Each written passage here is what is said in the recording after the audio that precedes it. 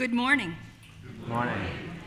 Welcome to the worship service of the First Unitarian Church of Hobart. My name is Diane O'Connell. I participate in the life of the church by helping out here and there.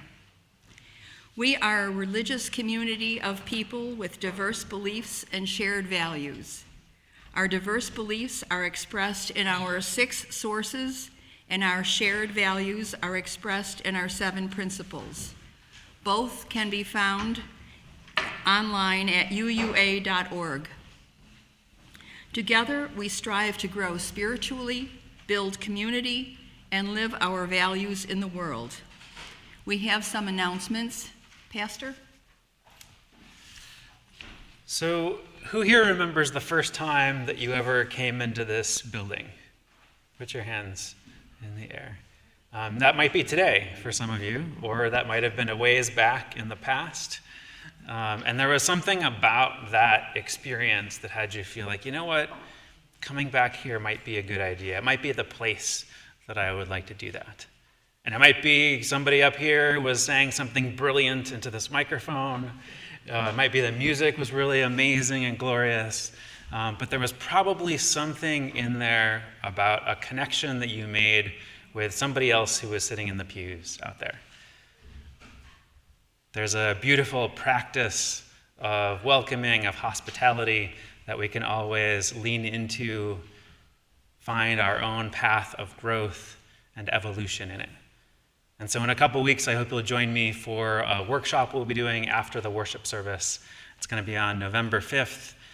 So after the service is done, we'll be gathering together for about 90 minutes and going on a little journey together. So I hope that you'll be able to join us. Thank you. Another announcement. Jake Chesky has started a group called Citizens for a Sustainable Hobart. There will be a meeting at the Green Door Bookstore on Main Street in Hobart on this Wednesday, October 25th at 6 p.m. All are invited. Hopefully some folks will be interested and will attend this meeting. Additionally, Faith in Action is participating with other congregations in the area for the Sharing of the Harvest Thanksgiving food drive again this year. We will collect bags for Thanksgiving meals for families in need in Northwest Indiana. The bags will include dry ingredients for the meal, plus a $20 gift card towards the turkey. The list of what is to be included is in the parish hall. If you want to donate instead of shop, please contact Michelle or Tracy Farrell. Please bring bags by November 12th. The in-gathering meal with the other congregations will be November 18th at First United Methodist Church in Hobart. The time to be announced later. All are welcome to attend. We are currently streaming our services online. The joys and sorrows portion of our service, however, is private, and we will take a break from streaming during that portion of the service. Other than that, the service will be recorded and will be available for future viewing on Facebook, YouTube, and the church website. Please let your Facebook and Twitter friends know you are attending worship with hashtag First Unitarian Hobart. Now please silence your devices and take a deep breath and another, and join us in a spirit of reverence.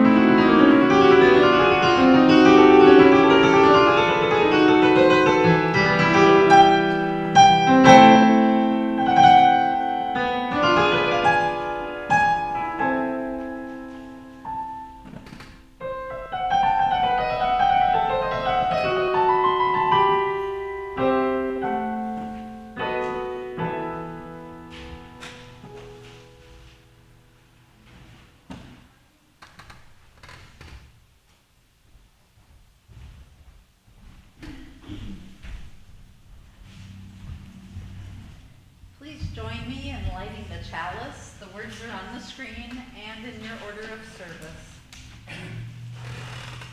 We gather this hour as people of faith, with joys and sorrows, gifts and needs. We light this beacon of hope, sign of our quest for truth and meaning, in celebration of the life we share together.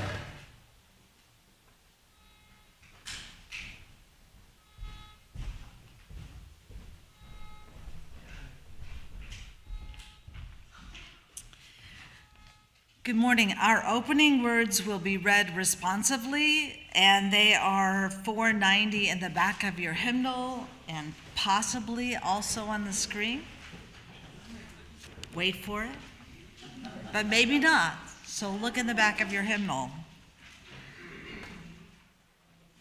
This is 490. Wild Geese by Mary Oliver.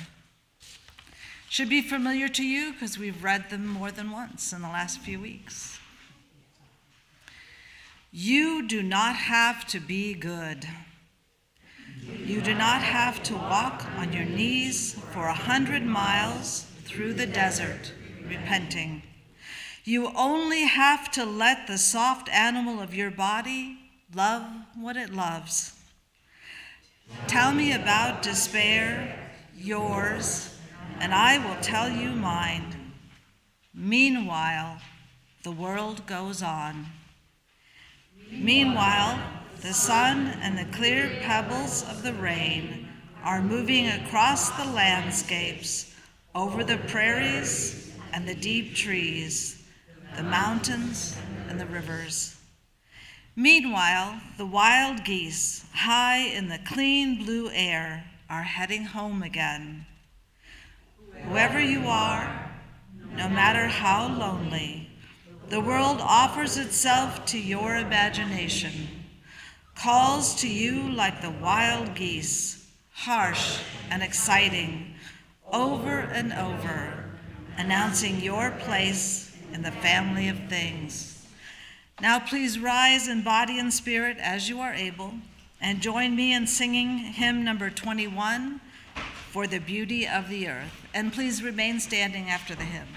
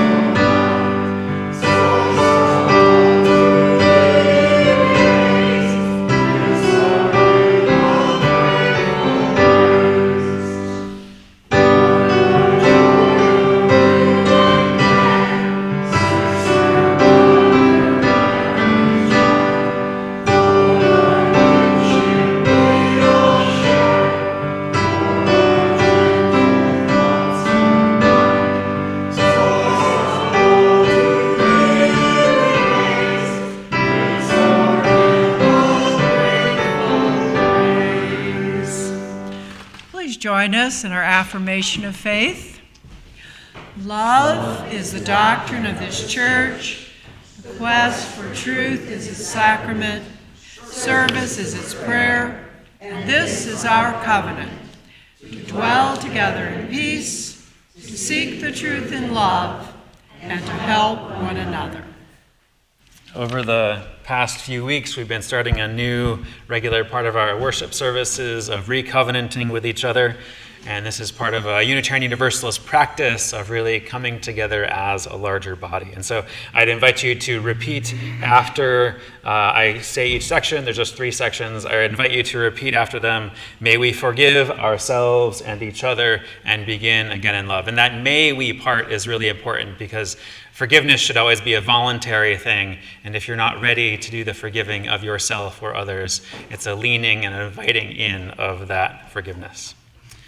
So for all the ways that we have neglected to consider our thoughts before speaking, communicate in a clear and positive manner, and to pause before acting, may we forgive ourselves and each other and begin again in love. For all the ways that we have neglected to speak directly with those concerned with an issue, offer and receive appropriate criticism and praise, and provide timely, specific, and clear feedback, may we forgive ourselves and each other and begin again in love. For all the ways that we have not been appropriately supportive of others without taking sides, may we forgive ourselves and each other and begin again in love. And may we continue to recovenant with each other on into the future.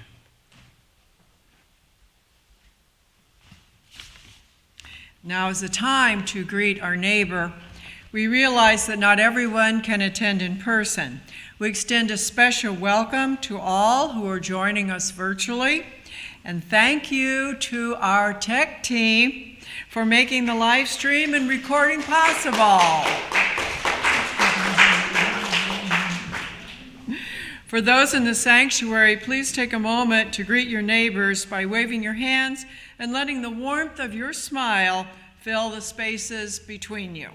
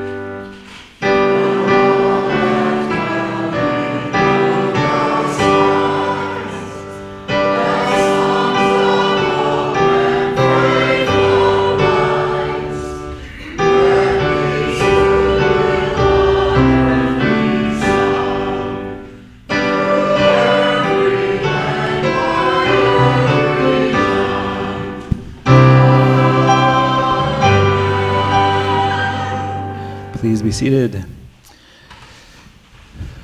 So between our Sundays of gathering together, the world goes on. The international news, the national news, the local news continues to publicize things that are going on both near to us and very far away.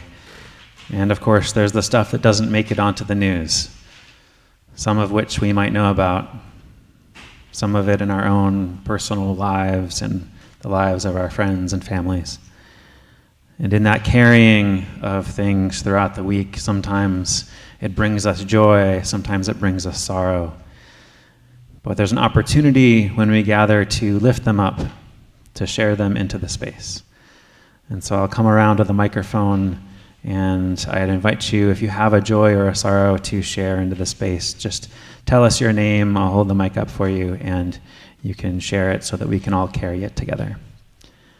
Does anybody have a joy or a sorrow? Yes.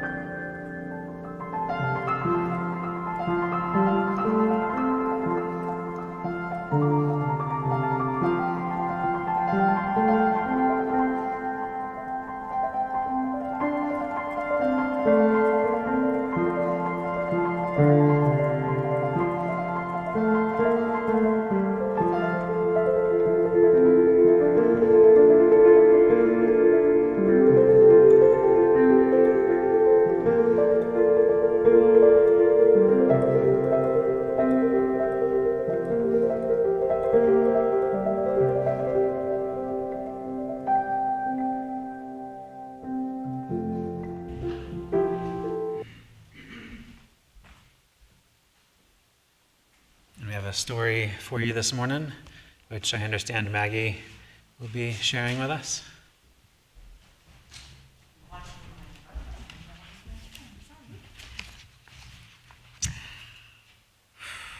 Today's story is The Great Kapok Tree, a tale of the Amazon rainforest,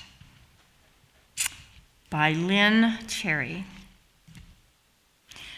Two men walked into the rainforest.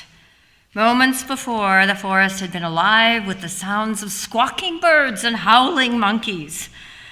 Now, all was quiet, as the creatures watched the two men and wondered why they had come. The larger man stopped and pointed to a great kapok tree. Then he left. The smaller man took an axe he carried and struck the trunk of the tree. Whack! Whack! Whack! The sounds of the blows rang through the forest. The wood of the tree was very hard. Chop! Chop! Chop! The man wiped off the sweat that ran down his face and neck. Whack! Chop! Whack! Chop! Soon the man grew tired. He sat down to rest at the foot of the great kapok tree. Before he knew it, the heat and hum of the forest had lulled him to sleep. A boa constrictor lived in the kapok tree. He slithered down its trunk to where the man was sleeping. He looked at the gash the axe had made in the tree, and the huge snake slid very close to the man and hissed in his ear. Signor, this tree is a tree of miracles. It is my home where generations of my ancestors have lived. Do not chop it down. A bee buzzed in the sleeping man's ear. Signor, my hive is in this kapok tree, and I fly from tree to tree and flower to flower, collecting pollen. In this way, I pollinate the trees and the flowers. Throughout the rainforest, you see all living things depend on one another. A troop of monkeys scampered down from the canopy of the kapok tree. They chattered to the sleeping man. Signor, we have seen the ways of man. You chop down one tree, then come back for another and another. The roots of these great trees will wither and die, and there will be nothing left to hold the earth in place. When the heavy rain comes, the soil will be washed away, and the forest will become a desert. A toucan, a macaw, and a cock of the rock flew down from the canopy. Signor, squawked the toucan, you must not cut down this tree. We have flown over the rainforest and seen what happens once you begin to chop down the trees. Many people settle on the land. They set fire to clear the underbrush, and soon the forest disappears. Where once there was life and beauty, only black and smoldering ruins remain. A bright and small tree frog crawled along the edge of a leaf. In a squeaky voice, he piped in the man's ear. Signor, a ruined rainforest means ruined lives. Many ruined lives. You will leave many of us homeless if you chop down this great kapok tree. A jaguar had been sleeping along a branch in the middle of the tree because his spotted coat blended into the dappled light and shadows of the understory. No one had noticed him. Now he leapt down and padded silently over to the sleeping man. He growled in his ear, Signor, the kapok tree is home to many birds and animals. If you cut it down, where will I find my dinner? 4 tree porcupines swung down from branch to branch and whispered to the man, Senor, do you know what we animals need in order to live? Oxygen. And Senor, do you know what trees produce? That's right, oxygen. If you cut down the forests, you will destroy that which gives us all life. Several anteaters climbed down the kapok tree with their young clinging to their backs. The unstriped anteater said to the sleeping man, Senor, you are chopping down this tree with no thought of the future, and surely you know what happens tomorrow depends upon what you do today. The big man tells you to chop down a beautiful tree. He does not think of his own children, who tomorrow must live in a world without trees. A three-toed sloth had begun climbing down from the canopy when the man first appeared. Only now did she reach the ground, plodding ever so slowly over to the sleeping man. She spoke in her deep and lazy voice. Senor, how much is beauty worth? Can you live without it? If you destroy the beauty of the rainforest, on what would you feast your eyes? A child from the Yanomamo tribe who lived in the rainforest knelt over the sleeping man. He murmured in his ear, Senor, when you awake, please look upon us all with new eyes. The man awoke with a start. Before him stood the rainforest child, and all around him, staring, were the creatures who depended upon the great kapok tree. What wondrous and rare animals they were. The man looked about and saw the sun streaming through the canopy. Spots of bright light glowed like jewels amidst the dark green forest. Strange and beautiful plants seemed to dangle in the air, suspended from the great kapok tree. The man smelled the fragrant perfume of their flowers. He felt the steamy mist rising from the forest floor, but he heard no sound, for the creatures were strangely silent. The man stood and picked up his axe. He swung back his arm as though to strike the tree. Suddenly he stopped. He turned and looked at the animals and the child. He hesitated. Then he dropped the axe and walked out of the rainforest.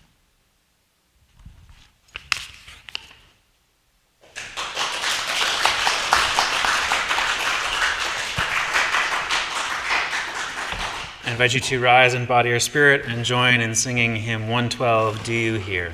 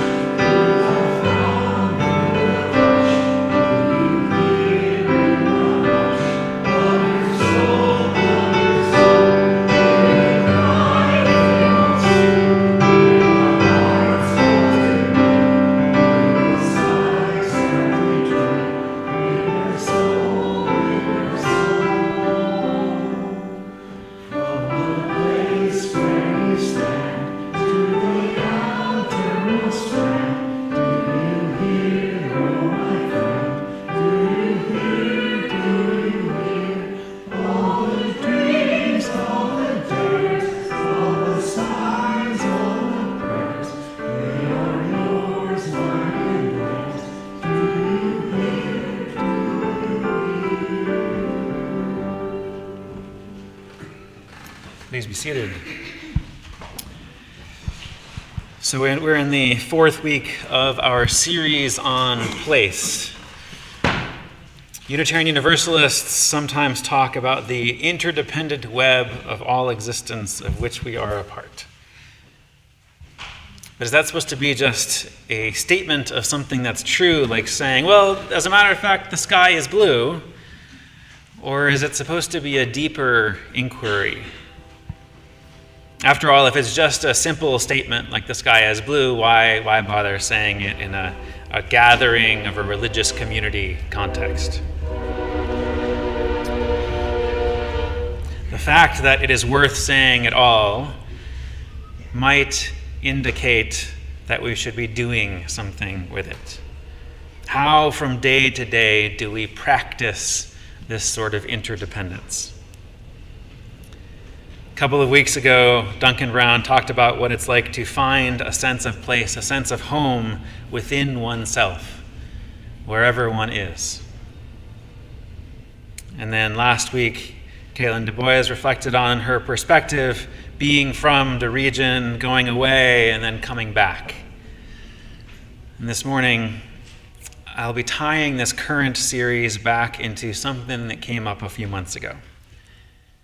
Being motivated by our desire to control, being motivated by our desire to relate, and the difference that it makes which one we're operating from. So for me, the transition from elementary school to middle school was a rocky one. The town that I grew up in had about a dozen elementary schools. And so each one was fairly small. They had about 500 kids or so in each. And the elementary school that I went to was right behind. Like literally I would go 2 doors over, and then there was a little grassy field which would go into the schoolyard, and that's the elementary school that I went to. So it was a really easy commute. I've never had an easier commute than that one. I miss it to this day. But the downside of having such a small intimate elementary school experience in this town was it was a really jarring shift to then going to middle school, where we went from 12 of them in the town to 2 of them. And so suddenly it was 6 elementary schools worth of kids put into this building that was built almost entirely out of brick. So we were both inside and outside, so the internal hallways. So all of these kids who were starting to have those adolescent hormones running through their system just saw red all day long, every day. And out of every 5 classrooms, 2 of them had windows. The 2 classrooms that had windows, the windows were about yay wide, and one of them was over in that corner of the classroom, and one of them was over in that corner of the classroom. And so we were stuck in this red environment without a whole lot else but a bunch of other teens, preteens with raging hormones getting on each other's cases. And so 6th grade was pretty rough, and 7th grade was pretty rough. And so at some point in 7th grade, I thought, you know what? This isn't really working out for me. I'm not really enjoying this. This isn't really my jam. Is there something that I can do to change up this scenario? And so I had an idea. I thought, well, basically all the kids in 6th grade were split into 3 clusters. And over the course of 6th grade and 7th grade, I had seen and met most of the kids in my grade.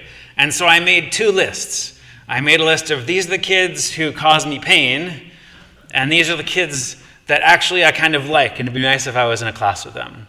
And so I took these lists to the vice principal of the school, and I said, hey, I was wondering, when you're making the classes for 8th grade, could you maybe sort the kids a little differently and put more of these kids that are working for me in my class and keep these other kids that aren't really feeling too good out of my class? And he said, okay, but you can't ever tell anybody that I did this. And so 8th grade started off on a much better footing. It wasn't perfect, because obviously there were still the kids that I didn't know that were surprises to me. And there was that one kid who I thought I liked, but it turned out that he was not as much somebody that I liked. But for the most part, things were a little bit better. And that strategy that I picked up was something that, it wasn't just something that I invented out of thin air.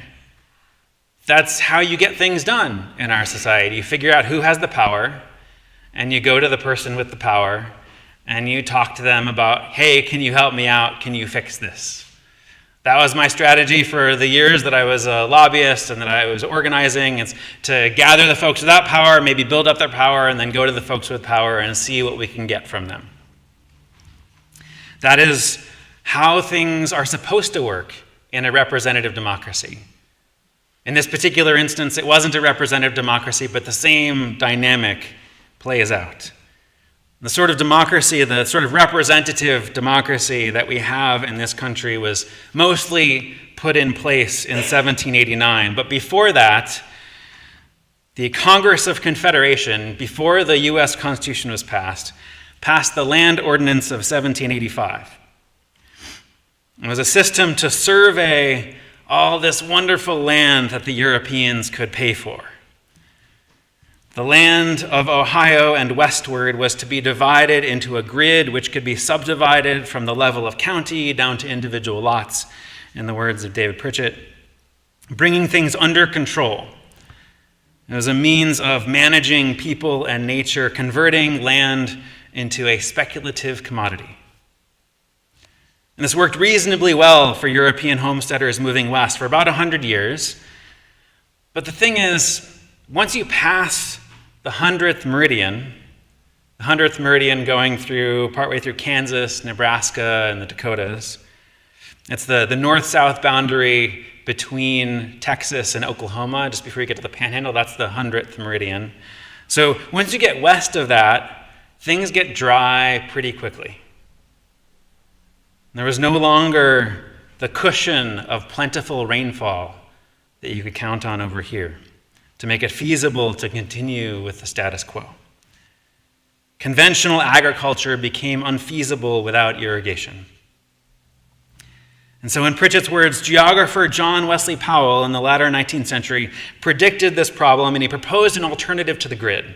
Instead of partitioning Western lands according to the Land Ordinance of 1785, Powell suggested creating watershed commonwealths, organized by a nested pattern of watersheds. And those watershed commonwealths would ensure that residents would have decisive control over their own scarce water and be able to mitigate their water conflicts. And because settlers would have to fund and manage their own water resources, population of the western lands would remain low enough to be supported by the limited water supply. But Powell's vision was unpopular. Congress wanted to retain rights to timber and mining resources. Developers feared the Commonwealth idea would slow expansion into the West, and homesteaders did not want to wait for the land to be properly surveyed and organized into these watershed districts. And so Powell's proposal was never adopted.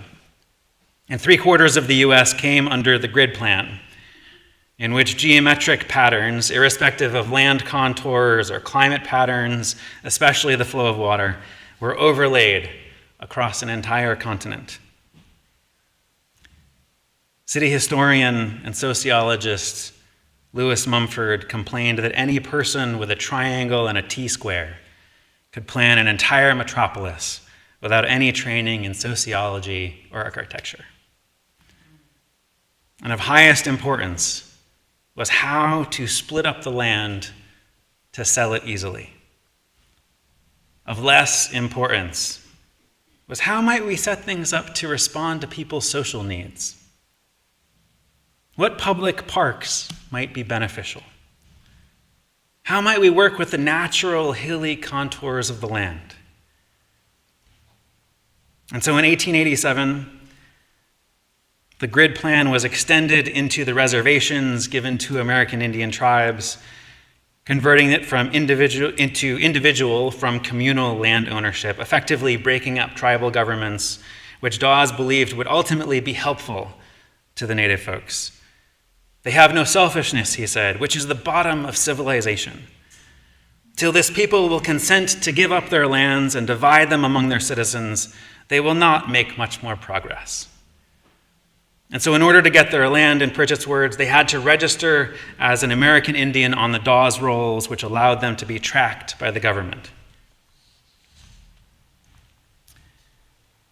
If we rewind the clock a few thousand years to Mesopotamia, all the cities were on the Tigris and the Euphrates rivers, so that the Babylonian Empire could use the water for agriculture.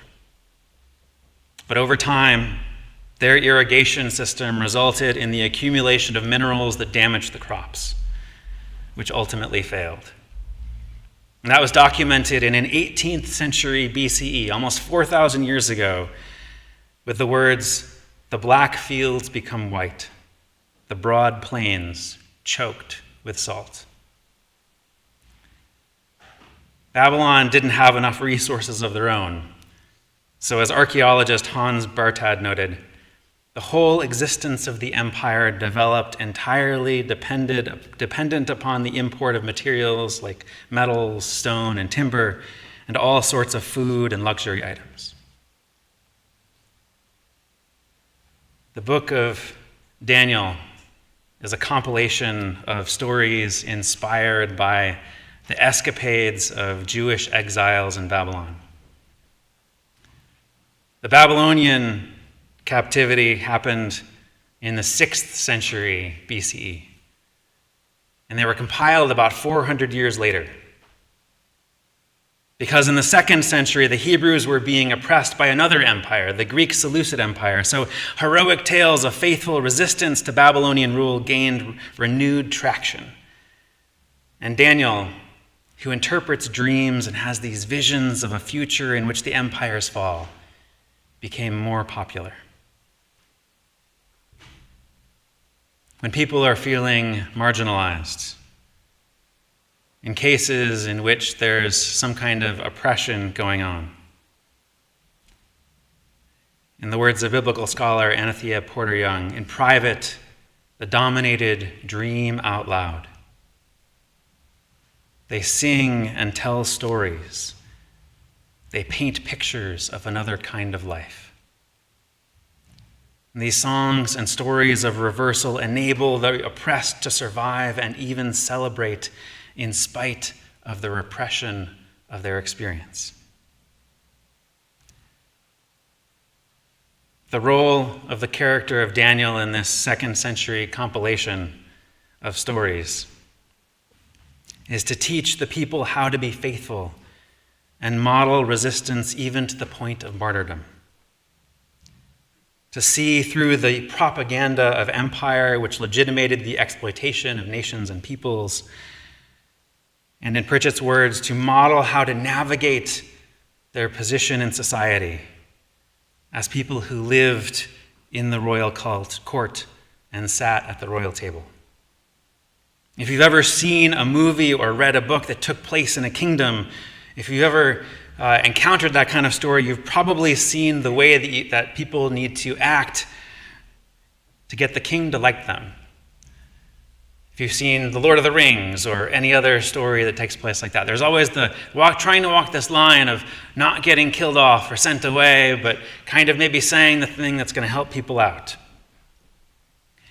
It involves these practical skills of navigating the politics and surviving. In the 1st chapter of Daniel, it talks about him being one of the wise ones, to be educated for 3 years and then stationed in the king's court. And he tries to find a way to do that doesn't compromise his values.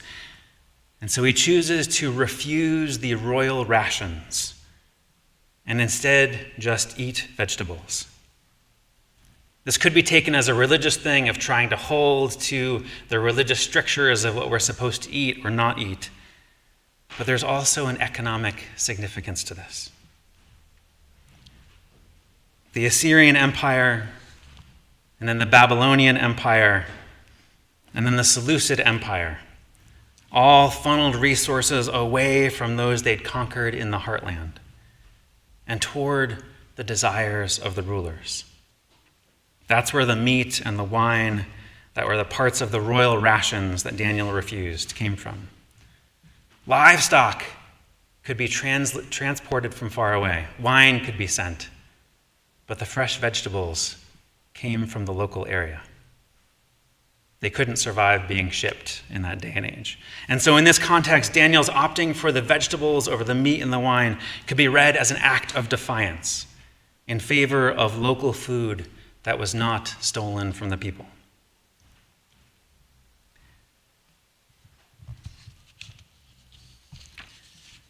Wendell Berry wrote this essay that I've talked about before called Two Economies, where he talks about how little economies can both destroy and be dependent upon what they do not comprehend, the holistic reality of nature.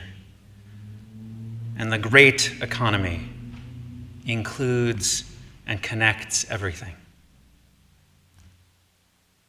In the Daniel stories, Babylon is at risk of ecological collapse.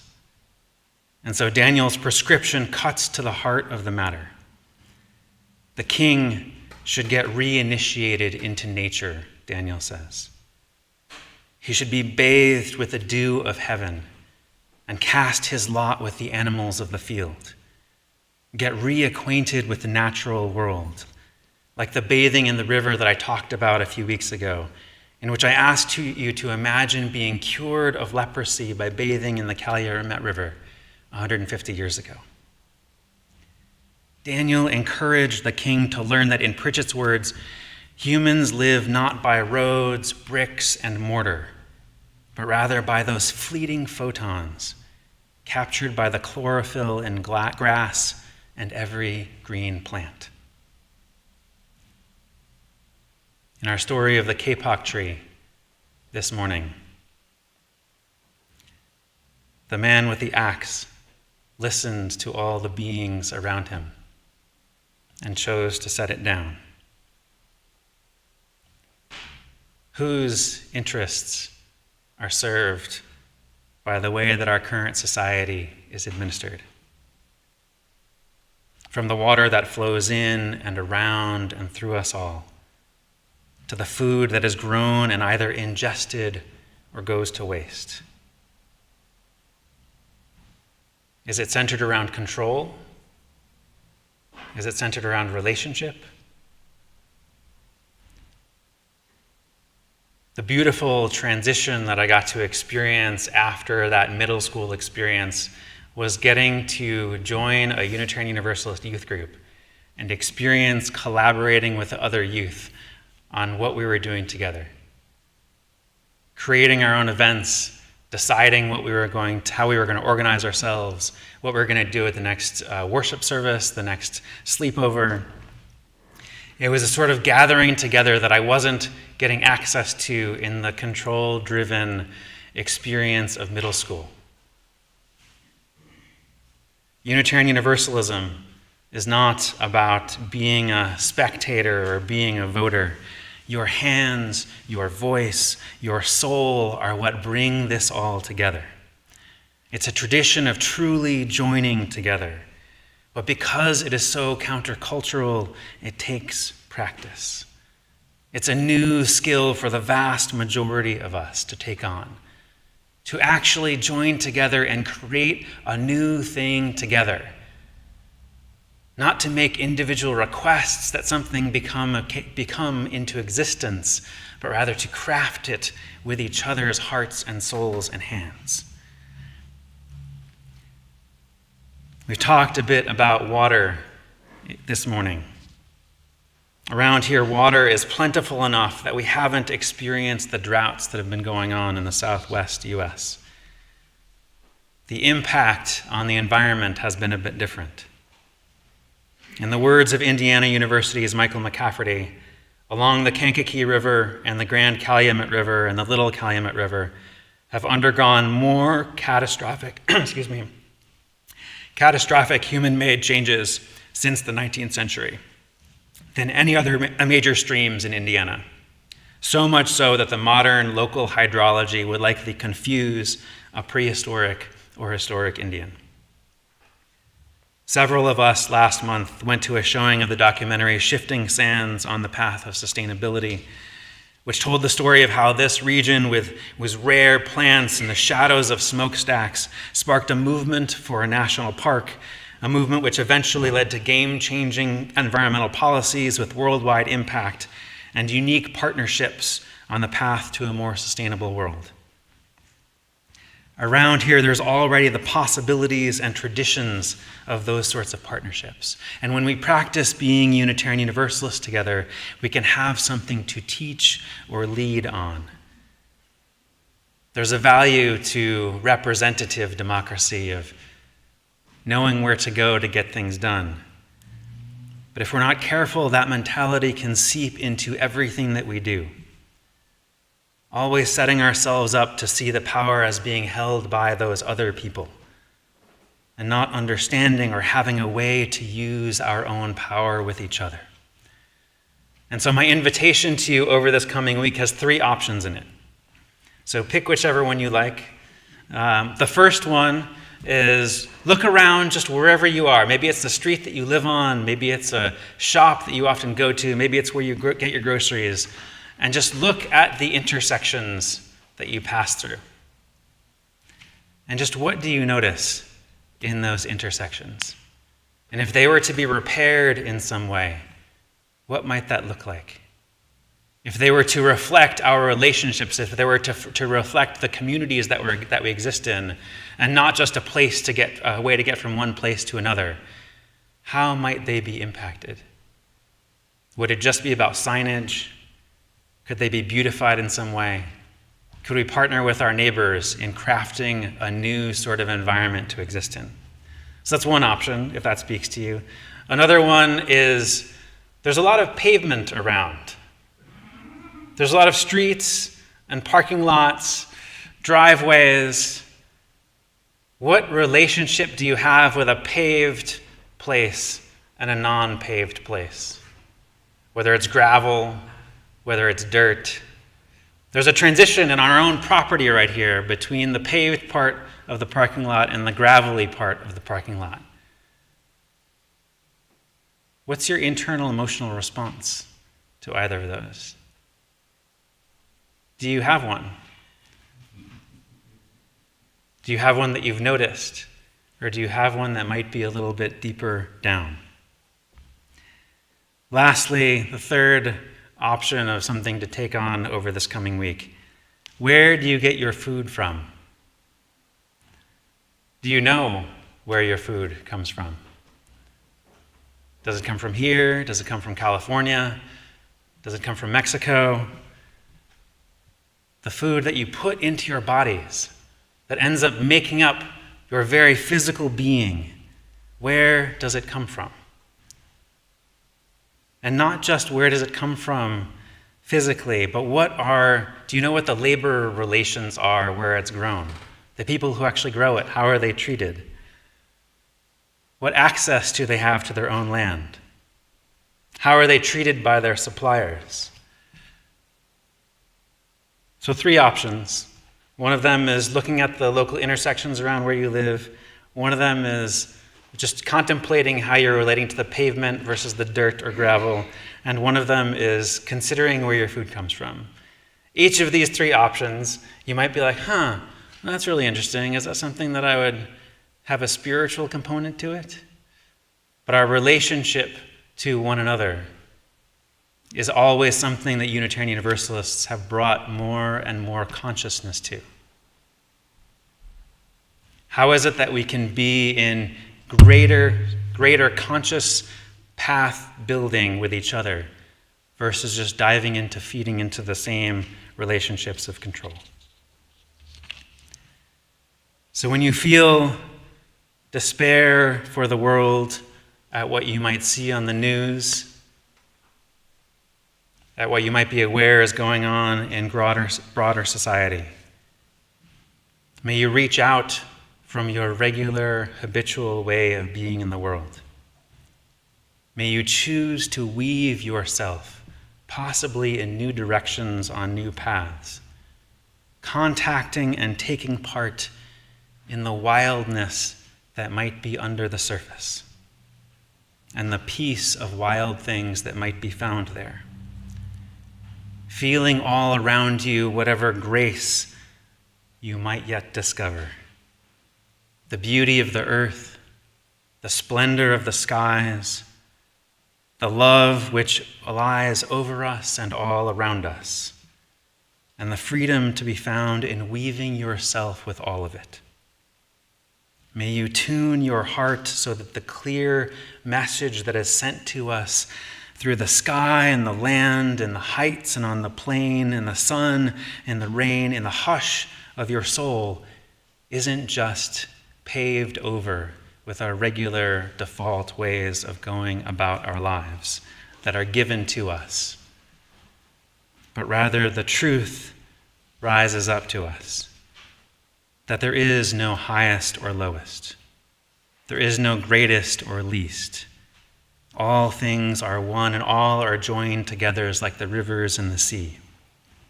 Witnessing the world going on, the sun and the clear pebbles of the rain moving across the landscapes, over the prairies and the deep trees, the mountains and the rivers, the wild geese high in the clean blue air, heading home again. The world offers itself to your imagination, calls to you, harsh and exciting, over and over announcing your place in the family of things.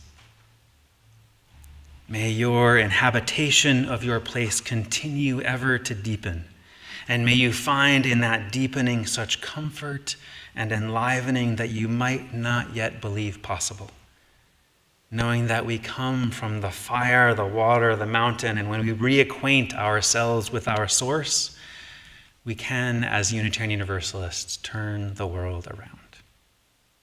And may that ever be so.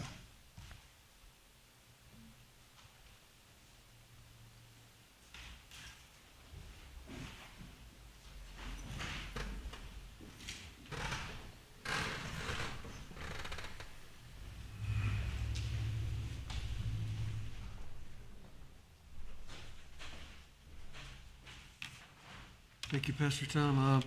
We come to that. Now is the time in our service for our offering. We give to remind ourselves of how many gifts we have to offer. We give to remember that we are part of something bigger than ourselves. We give because we believe in music and friendship. We give with the faith that together we have enough.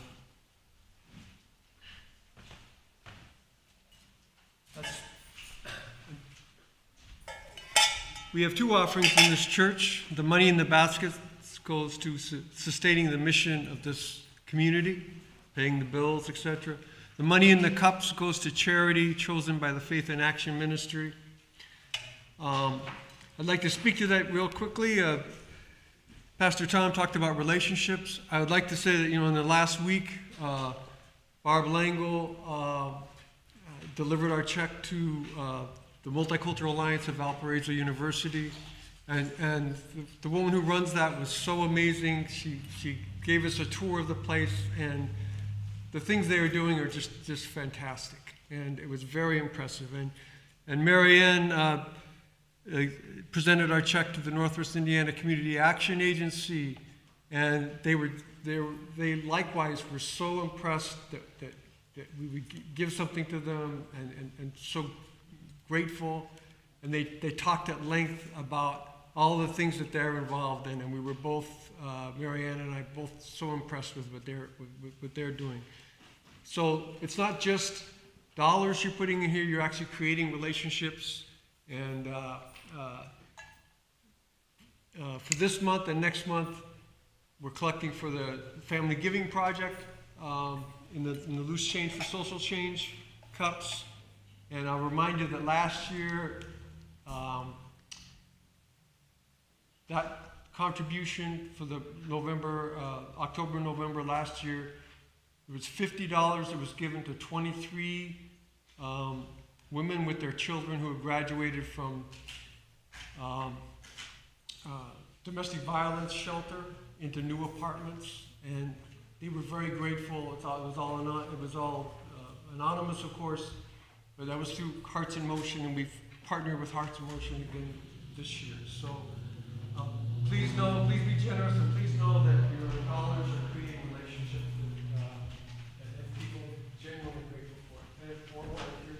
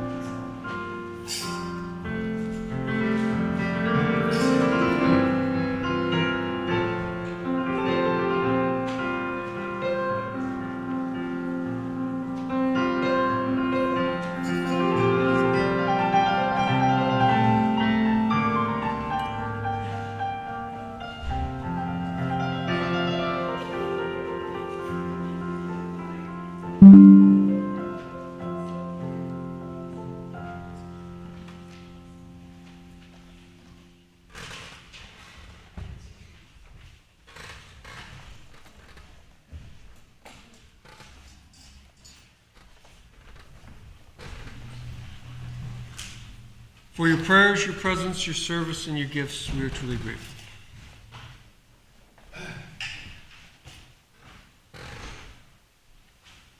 And now please rise in body or spirit for our closing hymn, number 1074 in your teal hymnal.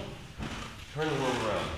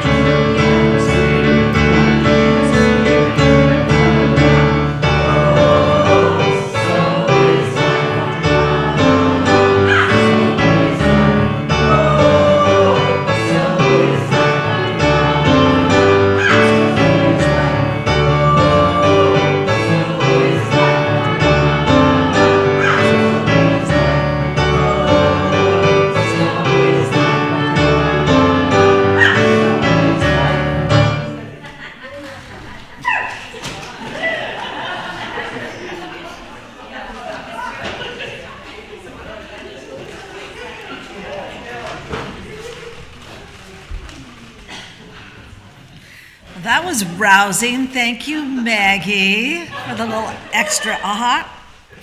Our closing words are not responsive, but they are in the back of the hymnal on page on number 483, and they're by Wendell Berry. When despair for the world grows in me, and I wake in the night at the least sound in fear of what my life and my children's lives may be, I go and lie down where the wood drake nests in his beauty on the water, and the great heron feeds. I come into the peace of wild things who do not tax their lives with forethought of grief. I come into the presence of still water, and I feel above me the day-blind stars waiting with their light. For a time I rest in the grace of the world and am free.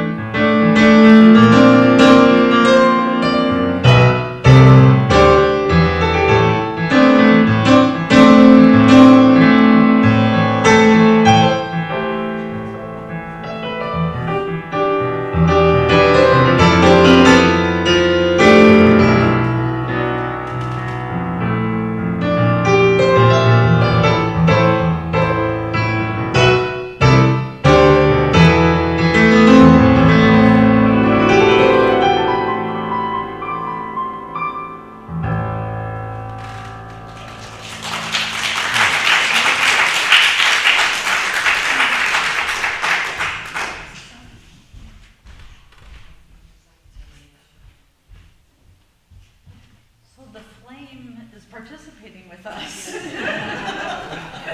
It's not under our control. So will you join me in just acknowledging that it's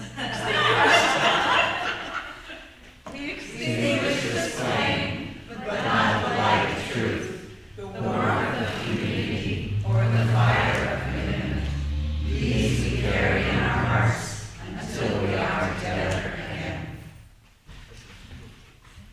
So we have some refreshments in the parish hall, which folks are welcome to join in, and also in 15 minutes, so at about 12:25, you're welcome to join in here for a discussion about either this morning's worship service or any of the ones in this series. I just ask that you grab a chair from in there to bring it in here so we all have a place to sit. See you soon.